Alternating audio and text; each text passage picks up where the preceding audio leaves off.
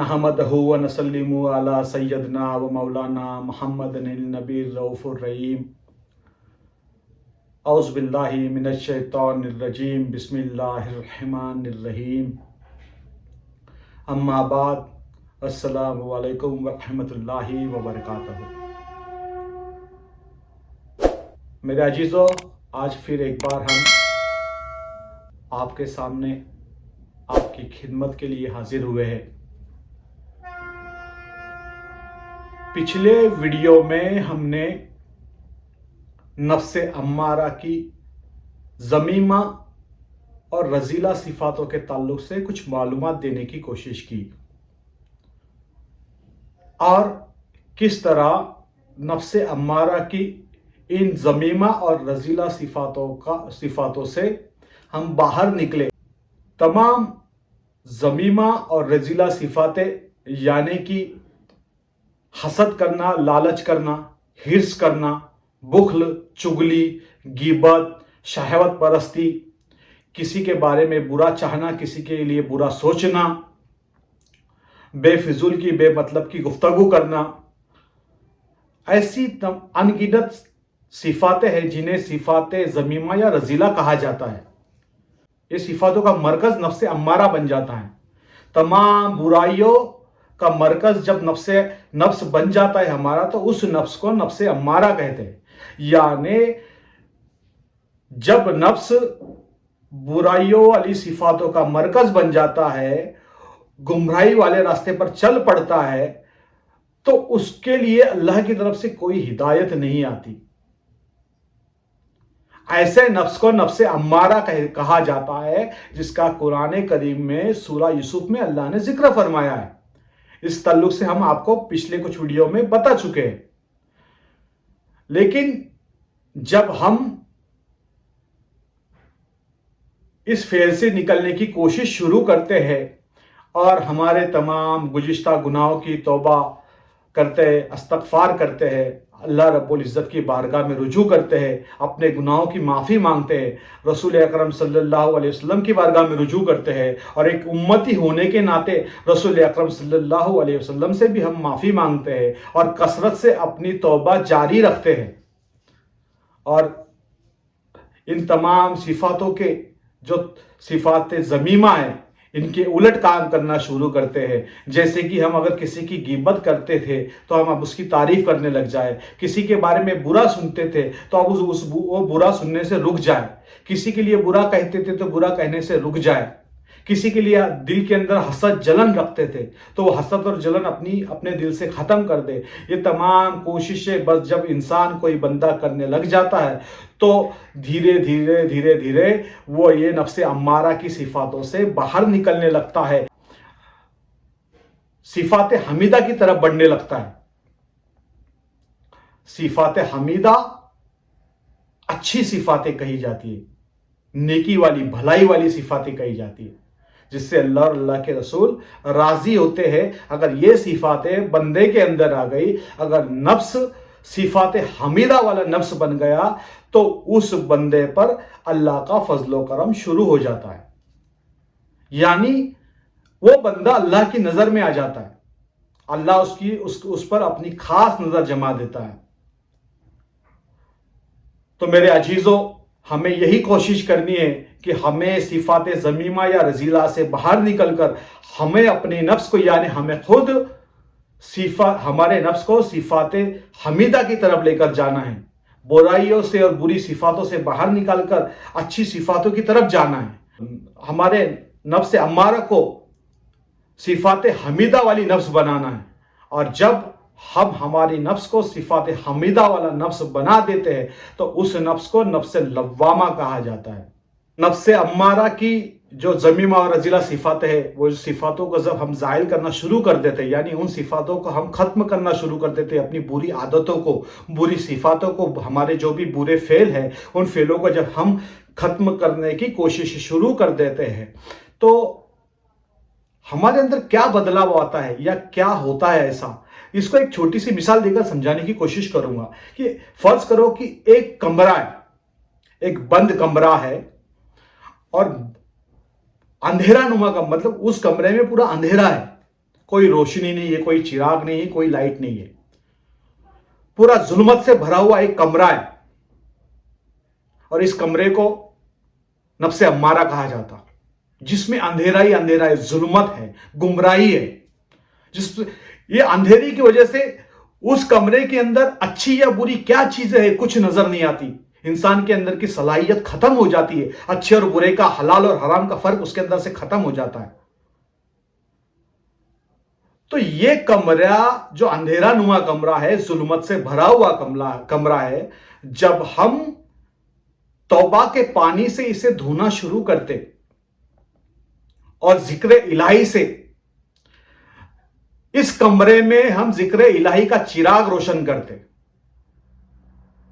जब हम कसरत से तौबा करते जाते, नमाजों की पाबंदी करते, और रात की तन्हाइयों में जब हम कसरत से अल्लाह का जिक्र करते, दिल की गहराई से हम अल्लाह का जिक्र करते, अल्लाह को याद करते, तब इस अंधेरा नुमा कमरे में जिक्र इलाही का एक नूर नुमा चिराग रोशन होता है।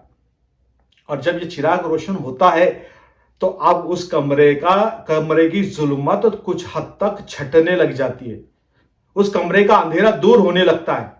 और जब अंधेरा उस चिराग की वजह से कम हो जाता तो उस कमरे के अंदर की अच्छी और बुरी चीजें हमें नजर आने लगती। यानी हमारे नफ्स के अंदर या हमारे अंदर जो भी बुराई है, या जो भी हमने बुरे काम किए हैं, गलत फेल किए हैं, जो भी गुनाह किए हैं, जिक्र इलाही की वजह से वो गुनाह हमें नजर आने लगते।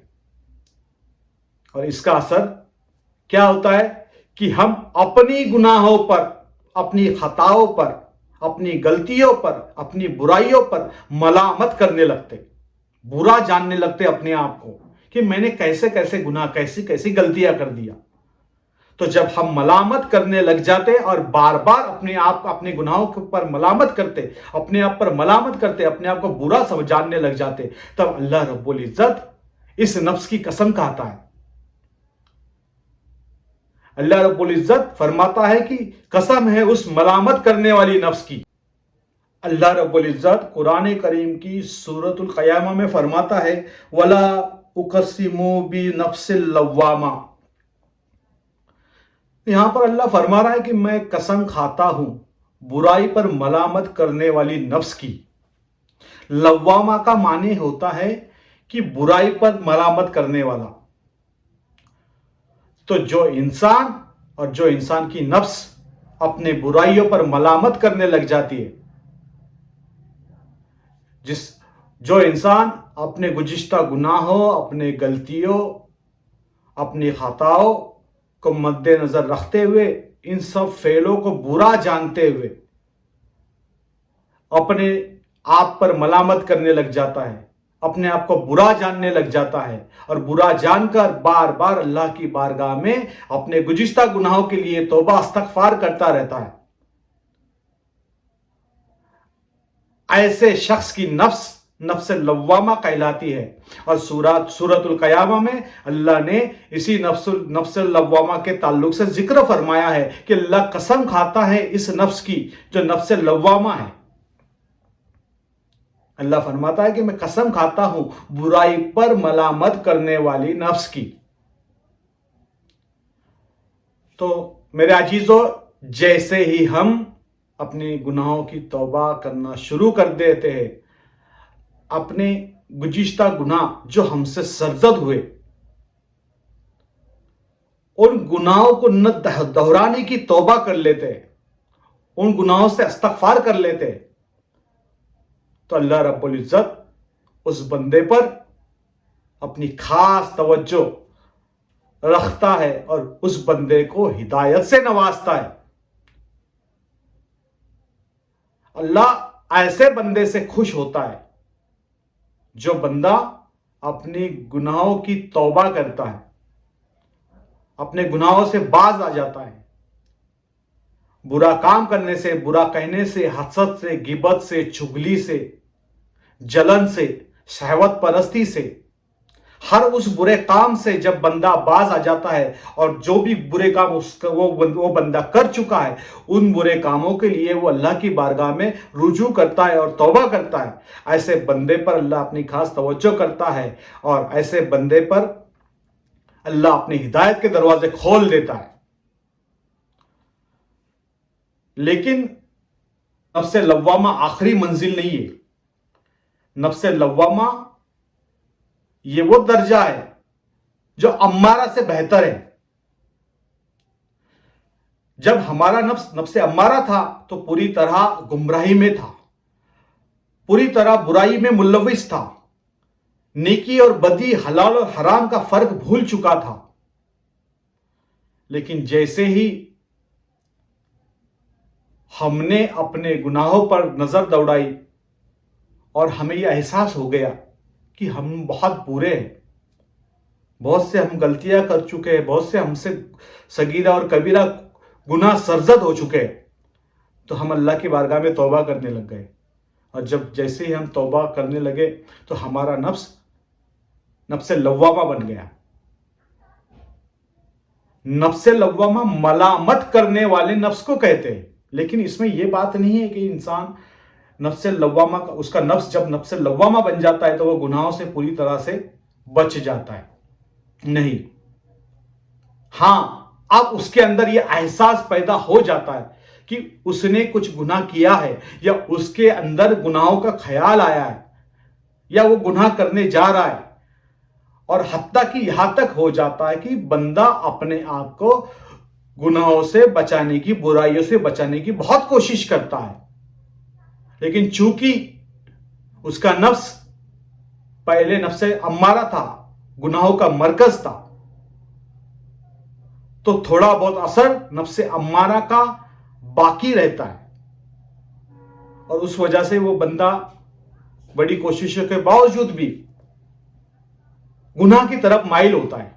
لیکن اس میں ایک صفت پیدا ہو جاتی ہے کہ وہ اپنے ہر گناہ پر ملامت کرنے والا بن جاتا ہے، اس کے اندر کا احساس زندہ ہو جاتا ہے کہ اس نے کچھ غلط کیا ہے، جو احساس پہلے نفس امارہ میں نہیں تھا۔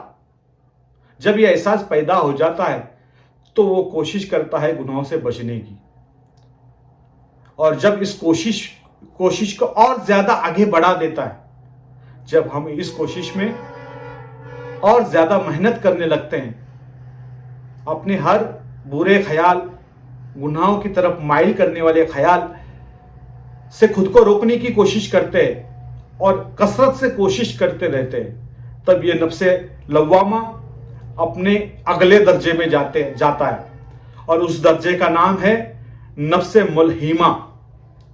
تو انشاءاللہ آنے والے ویڈیو میں ہم نفس ملہمہ کے بارے میں تفصیل سے جاننے کی کوشش کریں گے، اور اگر نفس لوامہ کے تعلق سے اگر کوئی بات ہم سے چھوٹ گئی ہے تو آنے والے ویڈیو میں وہ بات کو بھی مکمل طور پر آپ کو بتانے کی کوشش کریں گے۔